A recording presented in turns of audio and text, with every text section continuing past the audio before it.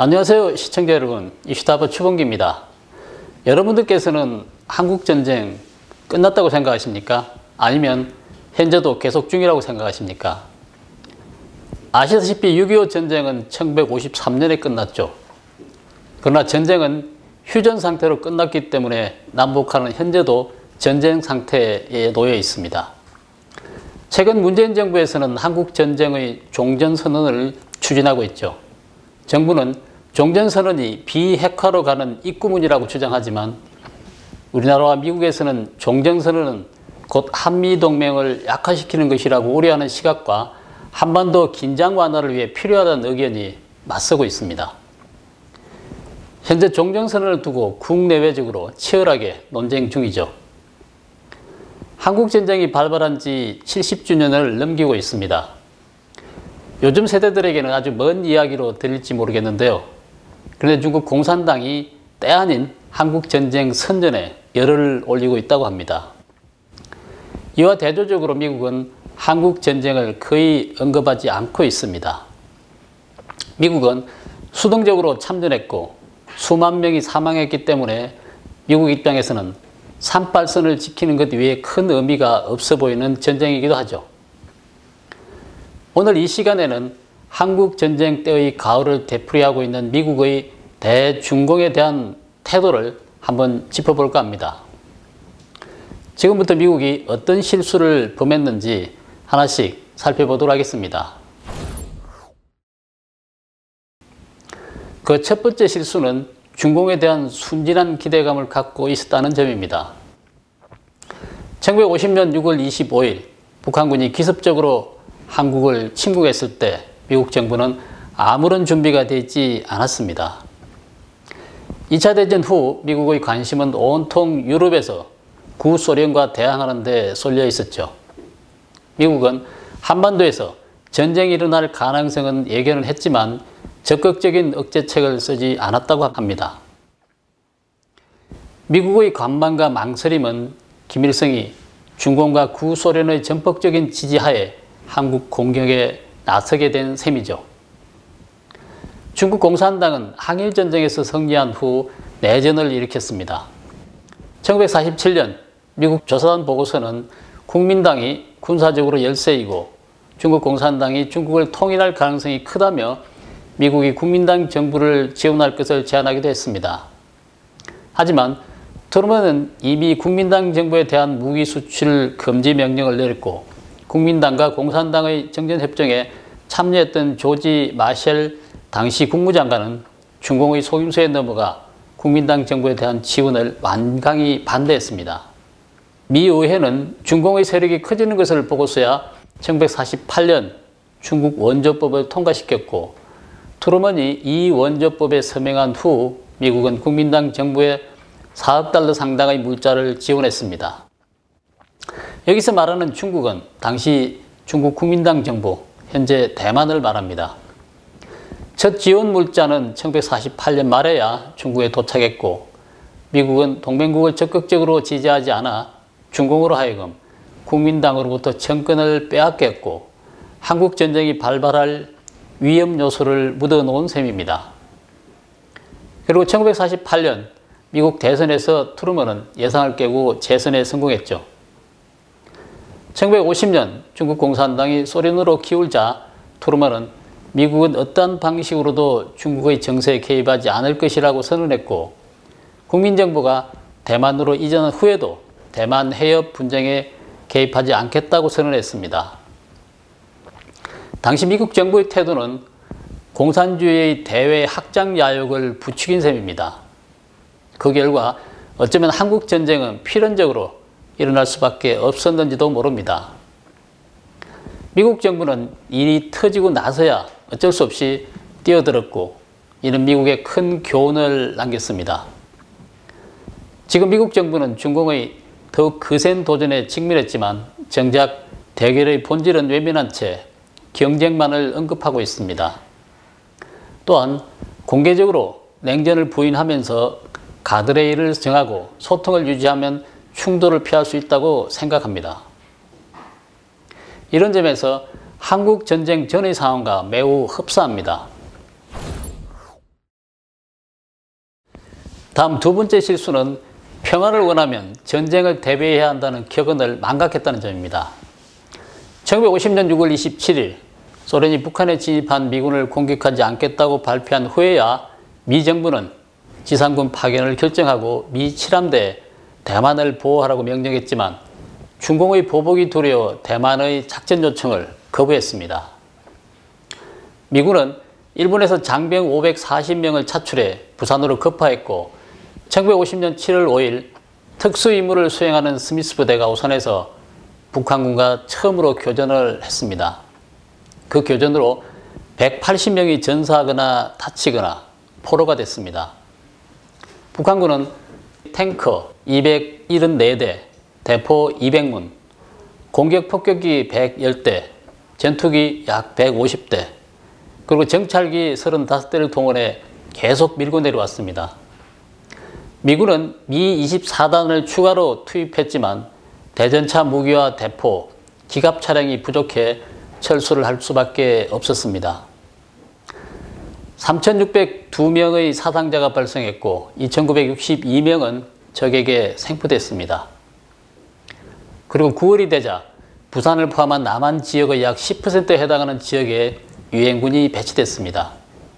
김일성은 전쟁은 곧 끝날 것이라고 낯가렸지만 중공 지도자들은 그렇게 생각하지 않은 것 같습니다. 그래서 중공은 미군이 개입하자 병력 26만 명을 북한 국경에 배치했고 구소련에 공중 엄호를 지원받는 약속도 받아냈습니다. 9월 초 유엔군 수는 약 18만 명으로 북한군 10만 명을 훨씬 넘어섰습니다. 제2차 세계대전에서 독일과 일본을 물리친 미군이지만 준비 부족으로 한동안 수세에 몰렸죠. 이것이 미군이 범한 두 번째 가오입니다. 근자에 들어 중국 공산당은 미국과 패권 다툼을 벌이고 있죠. 대만 해협, 동중국해에서 도발을 하고 있고 남중국해에서는 군사용 기지를 건설했습니다. 하지만 미국 정부는 충돌을 피하겠다고 거듭 밝혔고 미 합참의장은 중국 공산당 장성하게 선제 공격을 하지 않겠다고까지 했습니다. 미국은 여전히 세계 최강이지만 또다시 기습 공격을 당하지 않는다는 보장은 없습니다. 미국은 전쟁에 대한 대비 미흡이라는 한국 전쟁 당시의 실수를 다시 반복하고 있는 것은 아닌지 걱정되는 게 사실입니다. 다음 세 번째 실수는 유혈 충돌을 피하려다가 더 많은 피를 흘릴 수 있다는 점을 간과하고 있다는 것입니다. 1950년 9월 15일 미군이 인천에 상륙해 북한군의 테러를 차단하자 북한군은 급속히 와해됐고 겨우 3만 명 정도만 북한으로 도망을 했습니다. 같은 해 9월 27일 메가더 장군은 소련군이나 중공군이 북한에 진입하지 않는 상황에서만 삼파천 이북 지역에서 군사행동을 할 수 있다는 백악관의 기밀 비망록을 전달받았고 9월 30일에는 미 국방장관으로부터 전술과 전략에 지장을 받지 않고 삼파선을 향해 나아가길 희망한다는 메시지를 받았습니다. 그리고 9월 30일 중공은 미국이 삼파선을 넘으면 출변할 것이라고 선언했지만 미군을 포함한 연합군은 10월 7일 유엔 성인하에 북으로 진군합니다. 그리고 10월 19일 미군은 평양을 점령하게 됩니다. 10월 말 북한군은 약 13만 5천 명이 유엔군의 포로로 잡히고 33만 5천 명이 죽거나 다치는 피해를 입었습니다. 당시 북한에는 유엔군 약 23만 명, 미군 약 12만 5천 명, 한국군 약 8만 3천 명이 있었다고 알려지고 있습니다. 메가더 장군은 한국 전쟁에 물자를 공급하는 중국 국경 내 창고를 급소할 필요가 있다고 주장했지만 트루먼 대통령은 소련이 참전해 핵전쟁이 일어날 가능성을 우려해 이를 승인하지 않았다고 합니다. 그래서 메가더 장군은 자신의 생각을 공개했습니다. 그것은 과거에 저지른 외교적 실수로 인해 자유세계가 피해의 대가를 치르게 됐다는 것입니다. 그러나 이는 항명으로 간주됐고 1951년 4월 11일 트루먼 대통령은 메가더 장군을 보직 해임했습니다. 이것은 아주 잘못된 결정이자 중대한 실수였습니다. 만약 미국 정부가 맥어더 장군의 의견을 받아들여 중공군을 선제 공격을 했다면 중공군이 북한에 진입해 벌이는 공세작전을 중국 국경을 방어하는 작전으로 됐을 것이고, 그러면 중공군은 후퇴했을 수도 있고 전쟁이 좀 더 일찍 끝났을 수도 있었습니다. 어쩌면 한반도 통일도 일찍 이루어질 수 있었고 중국 공산당 정권을 뒤흔들 수도 있었을 것입니다. 그리고 오늘날 북한 핵 문제도 없을지도 모릅니다. 결국 미국 정부의 잘못된 결정으로 전쟁은 3년 더 지속됐습니다. 중공은 더 많은 병력을 파견하고 대규모 공세를 3차례나 펼쳐 38선을 돌파했습니다.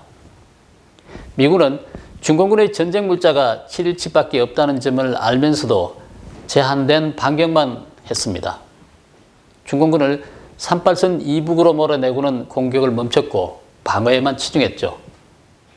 마오쩌둥은 중공군이 공격을 더 이상 이어갈 수 없게 된 1953년이 되어서야 어쩔 수 없이 휴전을 받아들였습니다. 오늘날 미국 정부는 충돌을 피한다고 거듭 강조하며 중공과의 경쟁만 언급하고 있습니다. 반면 중공 지도자는 미국의 리더십을 인정하지 않고 미국과 서방 국가들이 정한 국제 질서를 받아들이지 않는다고 공언하고 도발하고 확장을 이어가고 있습니다. 다음 네 번째 실수는 중공의 사악함에 대한 인식 부족이라는 점입니다. 미국은 처음에는 한국 전쟁 개입을 주저했고 참전한 후에는 38선을 넘지 않으려고 했습니다. 당시 미국은 소련군의 개입을 가장 우려했고 중공군에 대한 우려는 그 다음이었습니다. 국민당군과 공산당군은 8년 동안 항일전쟁에서 일본을 꺾지 못했습니다. 이런 일본군도 미군에 참패했습니다. 그래서인지 중공군 내부에서도 대다수가 한국전쟁 참전을 부정적으로 보았습니다. 당시 린바오가 병을 핑계로 주저하자 마오쩌둥은 펑더하이를 파견할 수밖에 없었습니다. 미군은 소련과의 전쟁을 가장 우려했고 스탈린 역시 공개적으로 미군을 상대할 것을 피했습니다. 냉전 시기 미소의 핵 전력은 서로를 파멸시킬 수준이었지만 충돌을 피하려고 모두 자제했습니다. 하지만 중국은 구소련과 완전히 달랐습니다. 마오쩌둥은 중국의 절반이 파괴되더라도 미국과 같이 죽겠다고 해 구소련 지도자를 놀라게 한 적이 있었습니다.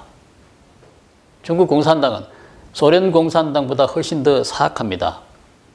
미국인과 대다수 세계인은 중공의 이런 사악함을 상상하기 힘들지도 모릅니다. 중공은 대규모로 참전했을 뿐만 아니라 병사들에게 미군의 탱커, 대포에 맞서 육탄전을 벌이라고 명령했습니다. 중공군의 사상자는 미군의 7배나 됐습니다. 미군은 중공의 인명피해도 아랑곳하지 않는 인해 전술에 크게 놀라 이른바 장진호 전투에서 퇴각했죠. 마오쩌둥은 정치 선전에 이용하기 위해 펑더하이에게 사상자가 아무리 많더라도 가능한 미군 1개 사단, 1개 여단, 마지막에는 1개 대대라도 섬멸할 것을 거듭 요구했다고 합니다. 그러나 끝내 그 뜻을 이루지는 못했습니다. 오늘날에도 중공군은 전력면에서 미군과 큰 격차를 보이지만 미국 정부가 충돌을 두려워할수록 중공 지도자들은 여전히 광기를 드러내고 있습니다. 중공 지도자는 미군을 공격해 사상자를 낼 수만 있다면 대가가 아무리 크더라도 신경 쓰지 않을 것입니다. 중공은 여전히 사악한 집단입니다. 미국 정부와 미군이 이 점을 제대로 인지하지 못한다면 더 큰 피해를 입을 것이며 수세적으로 나설수록 더욱 수세에 몰리게 될 것입니다. 다음 5번째 실수는 평화회담으로 평화를 가져올 수 있다고 착각한다는 점입니다.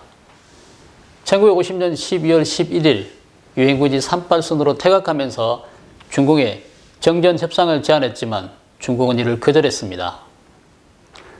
총사령관 펑더하이는 미군 폭격으로 후방 군수품 보급망이 심각한 타격을 입어 전방에 식량과 탄약이 부족한 데다 혹한으로 인명손실이 크게 증가하고 있다고 여러 차례 마오쩌둥에 보고했습니다. 펑더하이는 직접 베이징으로 달려가 마오에게 진격을 멈출 것을 요청했지만 거절당했고 오히려 마오는 산발선을 돌파하라고 계속 명령했습니다.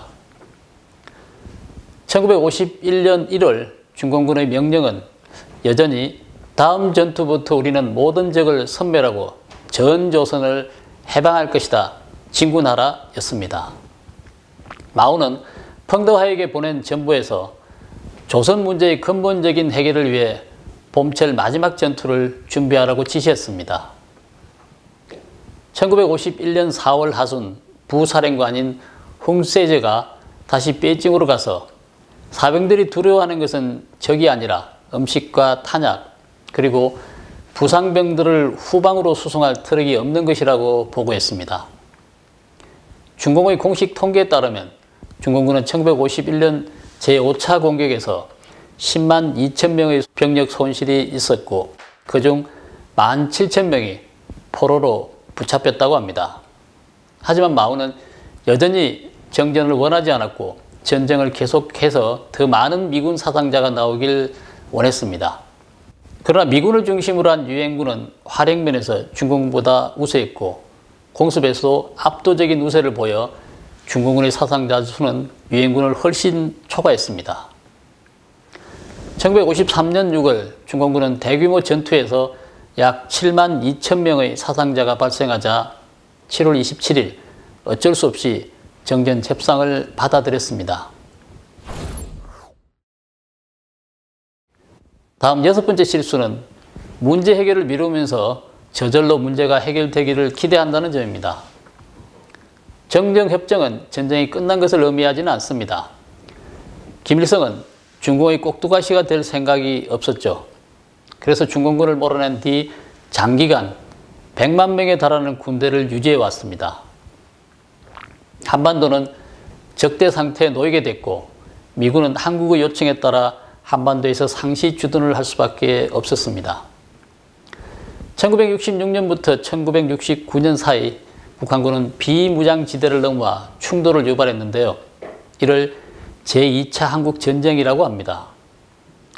1968년 북한의 최정예 특수부대 요원들이 청와대에 침투해 박정희 전 대통령을 암살을 하려고 했지만 미수에 그쳤습니다. 1974년 이후 북한의 남침용 땅굴이 4개 이상 발견되기도 했습니다. 1975년 4월 베트남 공산당이 남베트남의 수도를 점령하자 김일성은 기회가 왔다고 보고 마오에게 한 번 더 한반도 출병을 다시 요청하기도 했습니다. 2006년 북한이 핵실험에 성공했다고 선언한 후 한반도는 계속해서 핵위협에 시달리고 있습니다. 미국과 한국은 북한이 핵무기 개발을 중단하는 대가로 식량 등의 물자를 북한에 여러 차례 제공할 수밖에 없었죠. 2013년 3월 11일 북한은 정전협정이 무효라고 주장했고 3월 30일 한국과 전쟁 상태에 진입한다고 선포까지 했습니다. 미국은 정전협정으로 한반도 문제를 미봉한 채 근본적인 해결을 미룸으로써 문제를 키워왔습니다. 미국은 아이러니하게도 중공이 핵 위기 해결에 도움을 줄 것이라고 기대까지 하고 있습니다. 그러면 이러한 중공의 태도가 오늘날 한반도 정세에 던지는 시사점은 무엇인지 알아보도록 하겠습니다.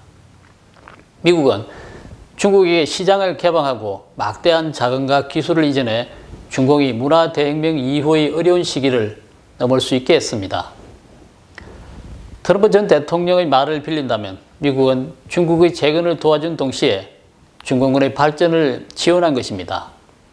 중공의 핵무기와 공격용 무기들은 기본적으로 미국을 겨냥하고 있고 이제 중공은 미국과 공개적으로 패권을 다투고 있습니다. 지금 미국이 직면한 가장 큰 도전은 아마도 중공일 겁니다. 미국은 또다시 냉전을 벌여 중공이 구소련처럼 저절로 해체되길 기다릴지도 모릅니다. 하지만 미국 정부는 현재 중공과의 냉전이 벌어지고 있다는 사실도 대결하고 있다는 사실도 인정하지 않고 경쟁만 언급하고 있습니다.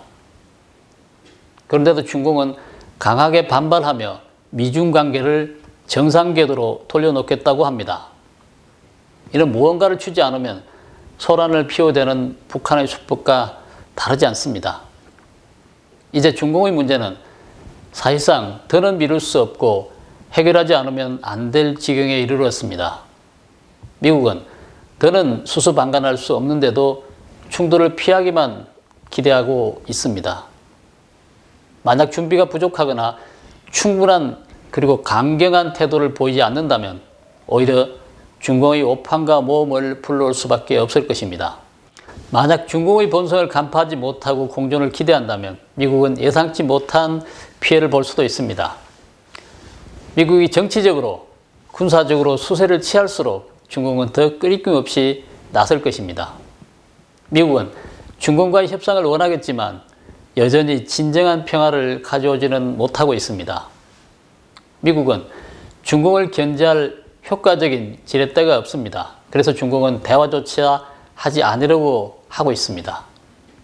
한국 전쟁에서 저지른 실수를 두 번 다시 되풀이하지 않으려면 미국은 정부와 국민들이 함께 진지하게 고민을 해야 할 그 시점입니다. 오늘 방송은 여기까지 하겠습니다. 구독, 댓글, 좋아요를 눌러주시고 지인들과 공유해 주시기 바랍니다. 감사합니다.